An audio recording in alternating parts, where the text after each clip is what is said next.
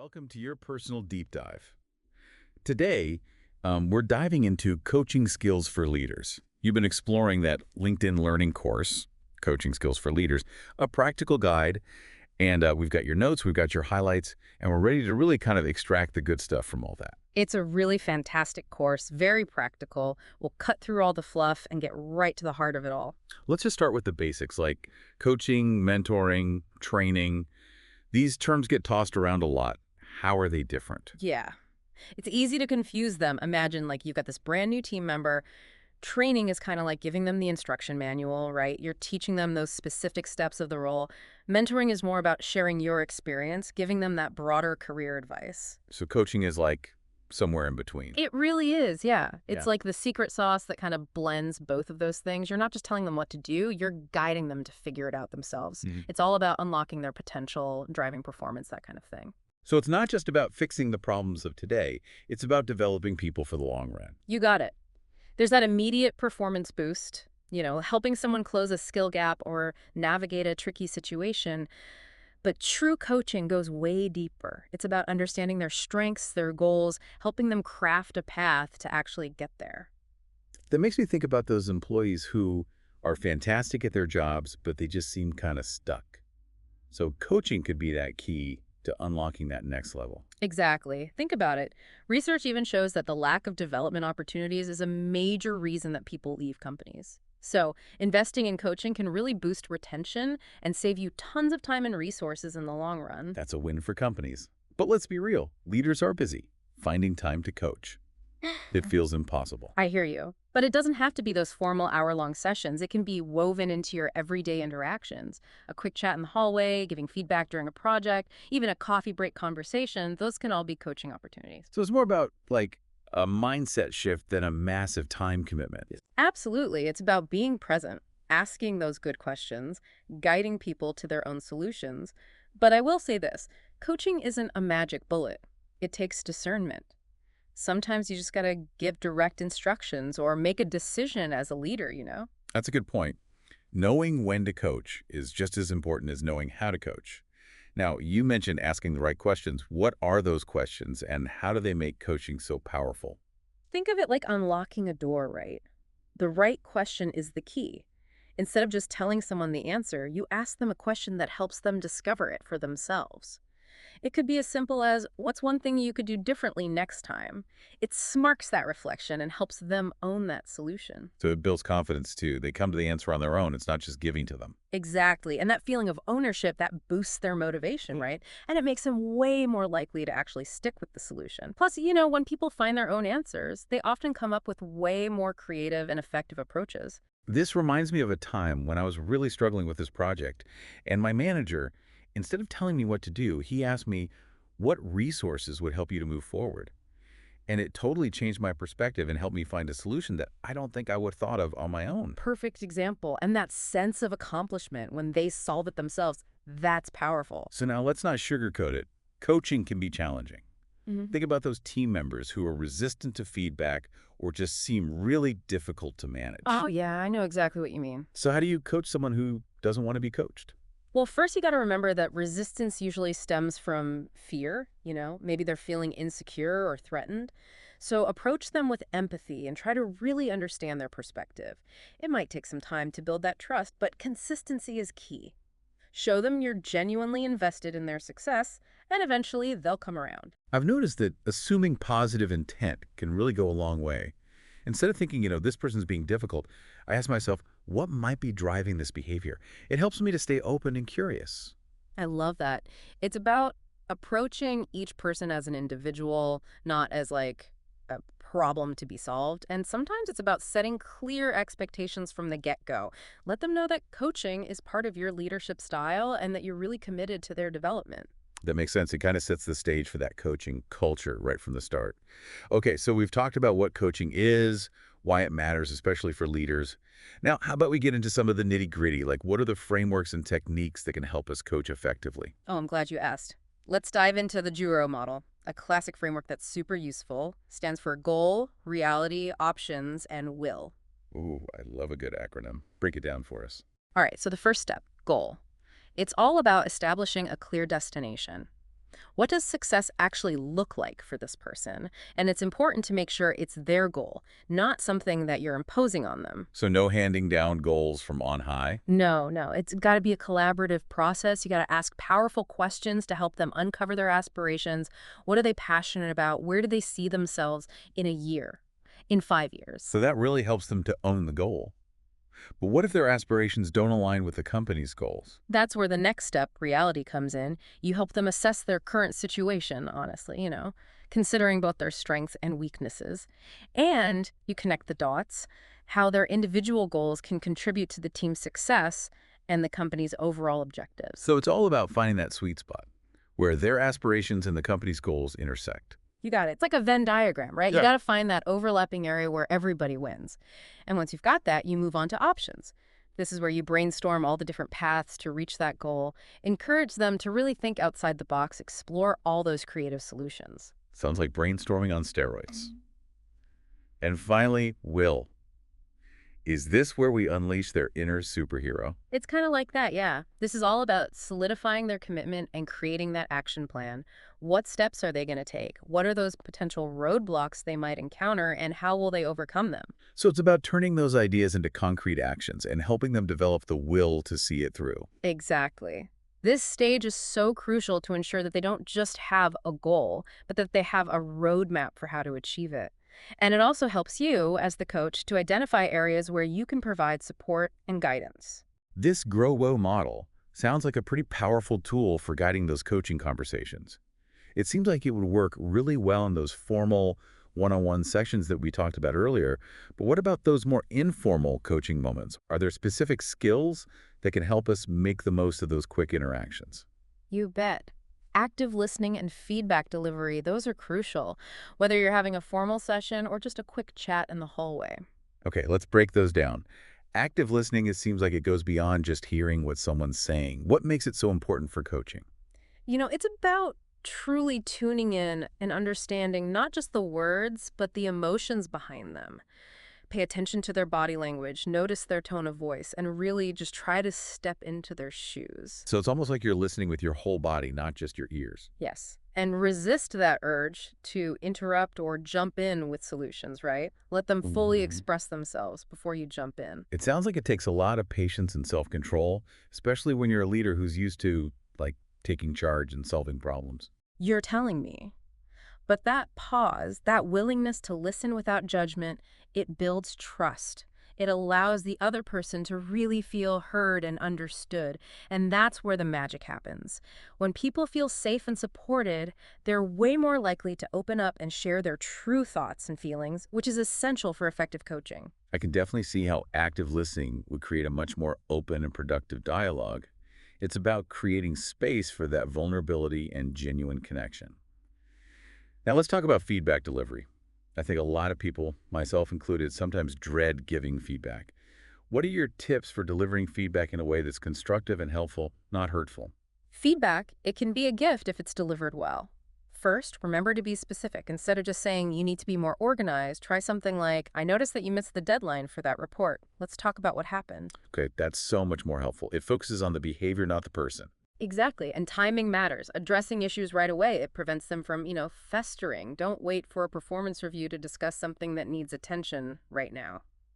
So feedback should be like a fresh ingredient, not something you leave in the fridge too long. I love that analogy. It has to be fresh and relevant to the situation. And always make sure your feedback is purposeful. What's the goal you're trying to achieve? Is it to help them improve a specific skill, correct a behavior, achieve a particular outcome? So it's not just about pointing out what's wrong, but about guiding them towards improvement. You got it. And remember to always deliver feedback tactfully. Focus on the behavior, not the person. Use language that's encouraging and supportive, even when you're addressing areas for improvement. And make feedback an ongoing process. It shouldn't be a one-time event, but rather an integrated part of your regular interactions. That makes it feel less daunting. It's not like this big, scary event, but just a natural part of communication. It should feel like a conversation, not a lecture. And the more you practice those active listening skills and deliver feedback thoughtfully, the more comfortable you'll become. This has been so insightful. We've covered so much already, from defining coaching to exploring the GOW model and these essential coaching skills. What's next on our deep dive into coaching? Well, now that we've covered the basics of listening and feedback, let's talk about goal setting as a coach. This is where we really empower people to achieve their full potential. That sounds great. Let's dive into that right after this. Okay, so we're back and ready to unpack this whole goal-setting thing as a coach.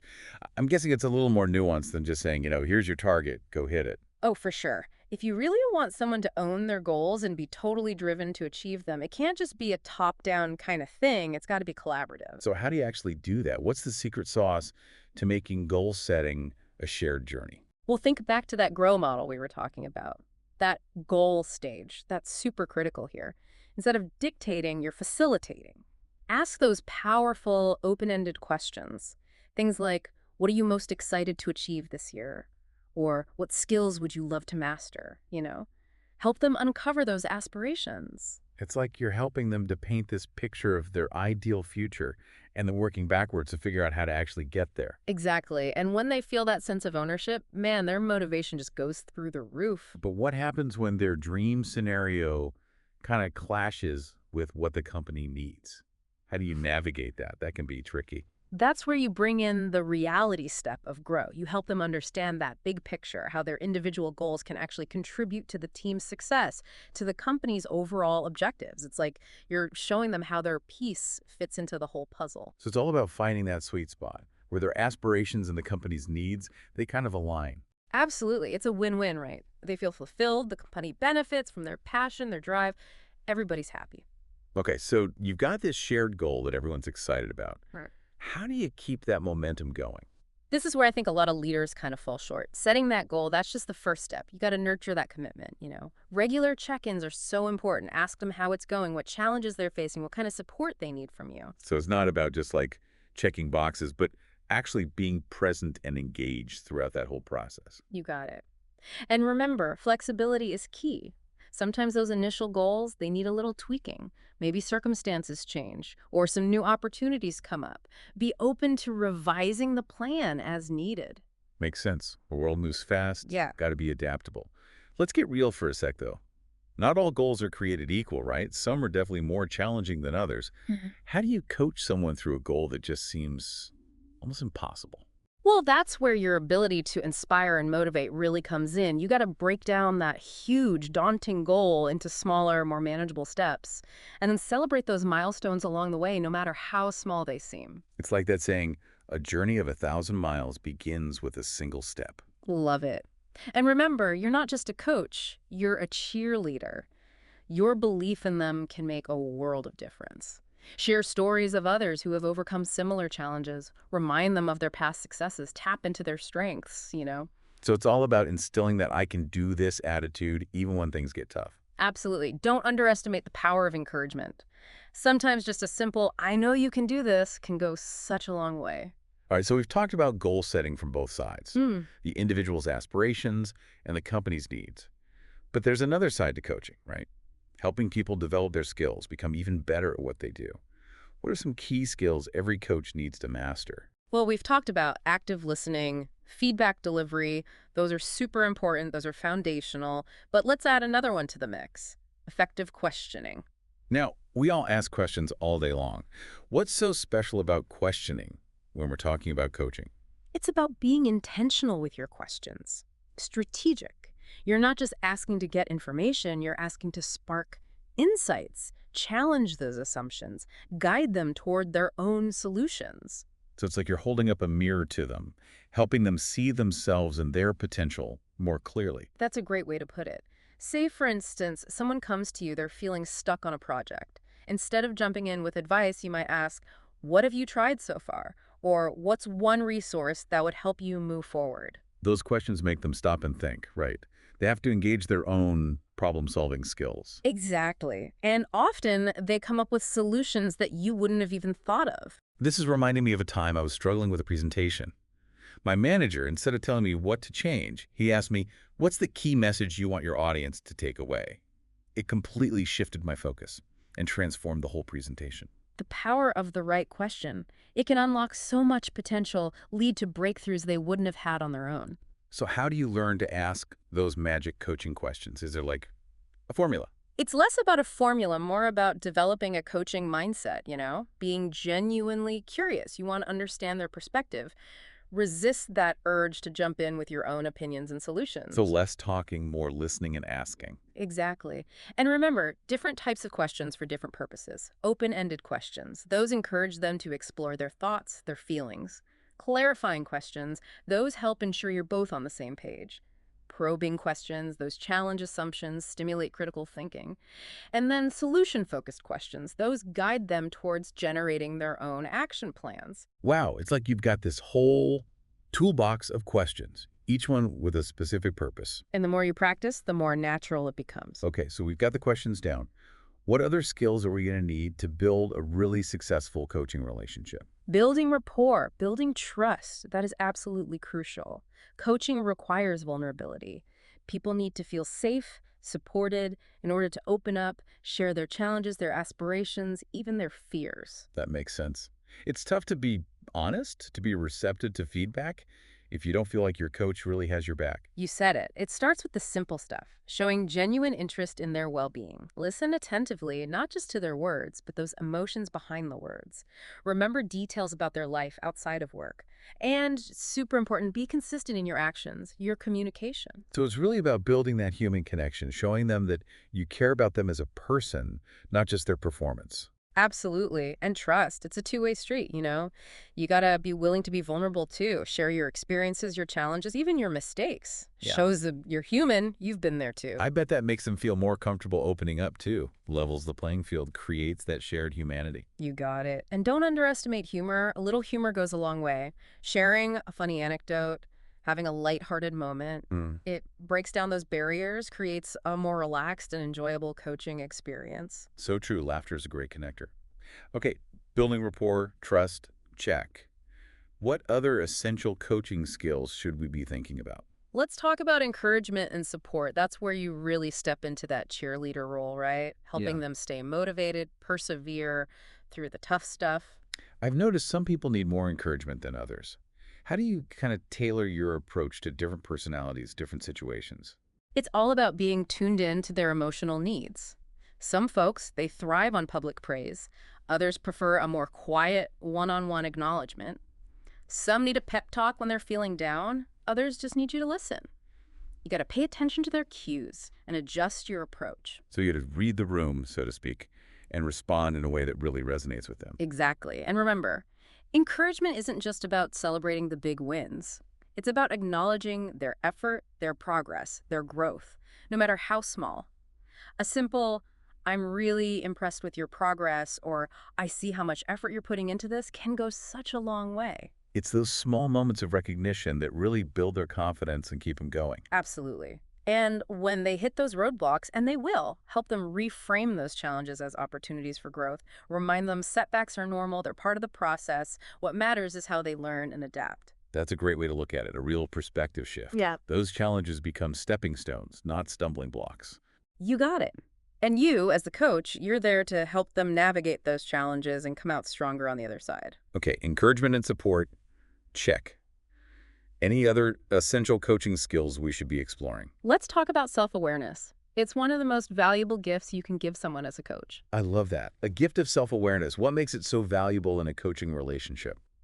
When someone is self-aware, they understand their strengths, weaknesses, their values, their beliefs. They see how those things impact their interactions, their performance. This self-knowledge, it's crucial for making smart decisions, managing emotions, communicating clearly, and handling those tough situations with, a little more grace. So self-awareness is key to unlocking their potential, both personally and professionally. Exactly. It's helping them become the best version of themselves. But how do you actually do that? How do you help someone develop self-awareness? That's a great question. I'm all ears. Well, it starts with creating that safe space for reflection. Encourage them to think about their experiences, their successes, their failures, the patterns in their behavior. Ask thought-provoking questions that really get them to examine their motivations, their beliefs. So it's kind of like holding up a mirror to them, but in a gentle and supportive way. Precisely. And don't shy away from discussing those blind spots, those areas where they might lack awareness. This can be a little tricky, but it's so essential for growth. I can imagine that requires a lot of tact. How do you approach those conversations without putting them on the defensive? You start by acknowledging their strengths, the value they bring. Then you gently point out a specific behavior and its impact. For example, you might say, I've noticed that when you get stressed, you tend to shut down communication. I'm wondering if you're aware of that pattern and how it might be affecting your team. Okay, that's a great example. It's specific, it's not judgmental, and it invites them to reflect without feeling attacked. Exactly. Feedback is a gift, even when it's about areas for improvement. When you deliver it with care and respect, it can be a huge catalyst for self-awareness and growth. Self-awareness, check. What other essential coaching skills are we missing here?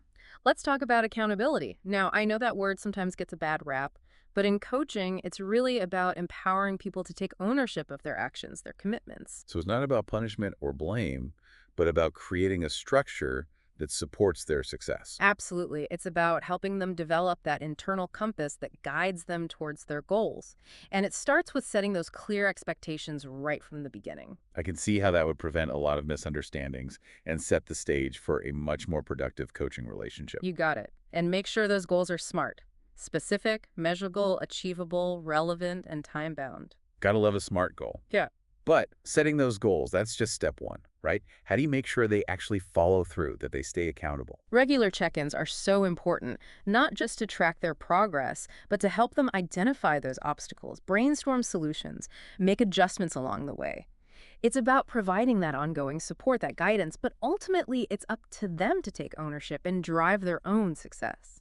So finding that balance between support and empowerment. Exactly. You're there to guide, to encourage, but they're the ones in the driver's seat. And when they reach those goals, that sense of accomplishment, that's all theirs. It's about fostering that internal drive that comes from achieving something you've set your mind to. Absolutely. And when you see that spark of pride, that accomplishment in their eyes, you know you've done your job as a coach. This has been amazing, so insightful. We've gone from goal setting to building rapport, mastering all those essential coaching skills. But let's be honest, not all coaching relationships are smooth sailing. What about those tough situations that pop up? How do you coach someone who's resistant to feedback or who's not meeting expectations or who's just, well, difficult to work with? That is a great question, and it's something every coach faces at some point. Let's dive into that right after this. Okay, so we're back and ready to tackle those kind of tricky coaching situations, the ones that make you want to, like, hide under your desk.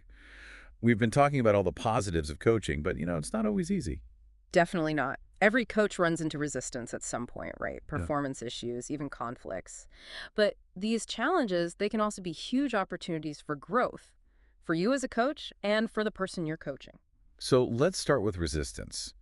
I've had team members who are just hesitant to engage in coaching. Some even push back. What's the best way to handle that? Well, the first thing is resistance is usually a symptom of something else. It could be fear, could be insecurity, a lack of trust, maybe even a bad experience with coaching in the past. So it's about figuring out what's underneath, understanding why they're resistant. Exactly. Ask yourself, what could be driving this? Maybe they feel threatened, or they just don't see the point of coaching, or maybe they just aren't comfortable opening up. And once you kind of get their perspective, you can change how you approach it. You got it. It might mean changing the conversation a little bit, highlighting the benefits of coaching in a way that they can connect with. Or sometimes it just means giving them space, letting them come around on their own time. Yeah, sometimes pushing too hard just makes it worse, especially if they're already feeling resistant. It's like a garden. You can't force a plant to grow, but you can create the conditions where it's going to thrive. You need patience, empathy, and that genuine desire to help. Okay, so resistance, check. How about performance issues? How do you deal with those in a coaching relationship? That's where clear communication and accountability are really key. Start by giving specific, timely feedback. Focus on what you can observe, those behaviors and results. So instead of saying you're not a team player, you'd say something like, I noticed you didn't share those documents with the team. Can you tell me about that? Exactly. Be specific, be direct, but don't blame, don't judge, and then work together to create an action plan. Outline clear steps they can take to improve. And that's where those SMART goals we talked about come in. Absolutely. Make those goals challenging but achievable. Make sure there are deadlines, ways to track progress.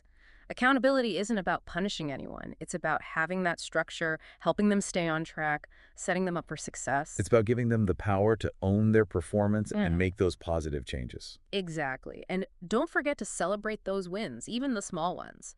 That reinforces the positive behaviors, keeps them motivated. Performance issues handled. Yeah. But, okay, what about those situations where you're just dealing with someone who's difficult? They're negative, they create drama, they're never happy. Oh, I know those types. Those situations can be so tough. But remember, you're not a therapist. Your role is to help them with their work, guide them, support them. So how do you set those boundaries without ruining the relationship? Clear communication is key. Let them know what's acceptable behavior and what's not. When they cross the line, address it head on. Be calm, professional, direct. Assertive, but not aggressive. That's it. And you don't have to put up with abusive or disrespectful behavior. If it keeps happening, you might need to bring in HR or talk to someone in senior leadership. Sometimes you got to escalate to protect yourself and the team, Yeah, right? absolutely. And don't forget about yourself in those situations. Dealing with difficult people, that takes a lot of energy. Make sure you have your own support system, a mentor, a colleague, even a therapist. Such a good point. Can't pour from an empty cup. Okay, so we've covered a lot today, from the basics of coaching, those practical frameworks, essential skills, even those really tough coaching moments. What's your final piece of advice for our listener, someone who's starting their own coaching journey? Coaching is a journey, it's ongoing, you're always learning and growing. Be patient with yourself. Celebrate those small victories, even if they seem small. Never stop getting better. That's fantastic advice. And always go into those coaching conversations with curiosity, empathy, really wanting to help them succeed. Couldn't have said it better myself. And remember, the best coaches are the ones who never stop learning themselves. Stay curious, keep learning, and be open to feedback. So as we wrap up our deep dive into coaching, we want to leave you with this. What's one small step you can take today to bring that coaching mindset into your own leadership style? Maybe it's asking a really good question. Offering a word of encouragement, or just listening, truly listening to someone. The choice is yours. Until next time, happy coaching.